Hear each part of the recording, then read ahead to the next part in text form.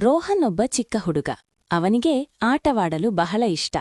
ಆದರೆ ಒಂದು ವಿಷಯ ಅವನಿಗೆ ಬಹಳ ಭಯ ತಂದಿತ್ತು. ಅದು ದೊಡ್ಡ ನದಿಯ ಮೇಲಿದ್ದ ಹಳೆಯ ಮರದ ಸೇತುವೆ. ಸೇತುವೆ ಯಾವಾಗ್ಲೂ ವಯ್ಯಾರಿಯಾಗಿ ಅಲುಗಾಡುತ್ತಿತ್ತು. ಆಚೆ ದಡದಲ್ಲಿ ಅವನ ಹೊಸ ಆಟದ ಮೈದಾನವಿತ್ತು. ರೋಹನ್ ಸೇತುವೆ ಬಳಿ ಬಂದು ನಿಂತ. ಅವನು ಕೆಳಗೆ ಹರಿಯುವ ನದಿಯನ್ನು ನೋಡಿದ. ಅವನ ಹೃದಯ ವೇಗವಾಗಿ ಬಡಿಯಲು ಶುರುವಾಯಿತು. ಭಯದಿಂದ ಅವನ ಕಾಲುಗಳು ನಡುಗಿದವು. ಅವನು ನಿಧಾನವಾಗಿ ಹಿಂದಕ್ಕೆ ಹೆಜ್ಜೆ ಹಾಕಿದ. ಅಷ್ಟರಲ್ಲಿಯೇ ಒಂದು ಚಿಕ್ಕ ಹಕ್ಕಿ ಚೆರ್ಪ್ ಅಲ್ಲಿಗೆ ಹಾರಿ ಬಂತು. ಚೆರ್ಪ್ ಸಂತೋಷದಿಂದ ಒಂದು ಶಾಖೆಯ ಮೇಲೆ ಕುಳಿತಿತ್ತು.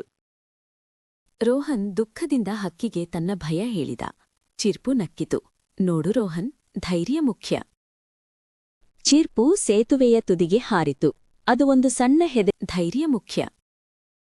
ಚಿರ್ಪು ಸೇತುವೆಯ ತುದಿಗೆ ಹಾರಿತು. ಅದು ಒಂದು ಸಣ್ಣ ಹೆದರಿಕೆಯಿಲ್ಲದ ನೆಗೆತ ಮಾಡಿತು.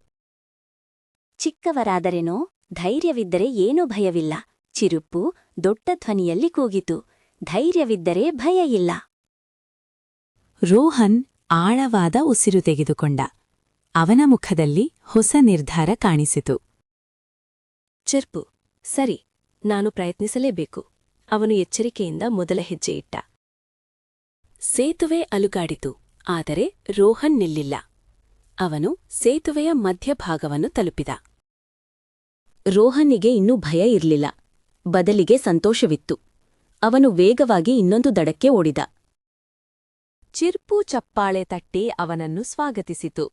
ಧೈರ್ಯವಿದ್ದರೆ ಭಯ ಇಲ್ಲ. ರೋಹನ್ ಕಲಿತ ಪಾಠ ಇದು. ಚಿರ್ಪು ಚಪ್ಪಾಳೆ ತಟ್ಟಿ ಅವನನ್ನು ಸ್ವಾಗತಿಸಿತು. ಧೈರ್ಯವಿದ್ದರೆ ಭಯ ಇಲ್ಲ. ರೋಹನ್ ಕಲಿತ ಪಾಠ ಇದು.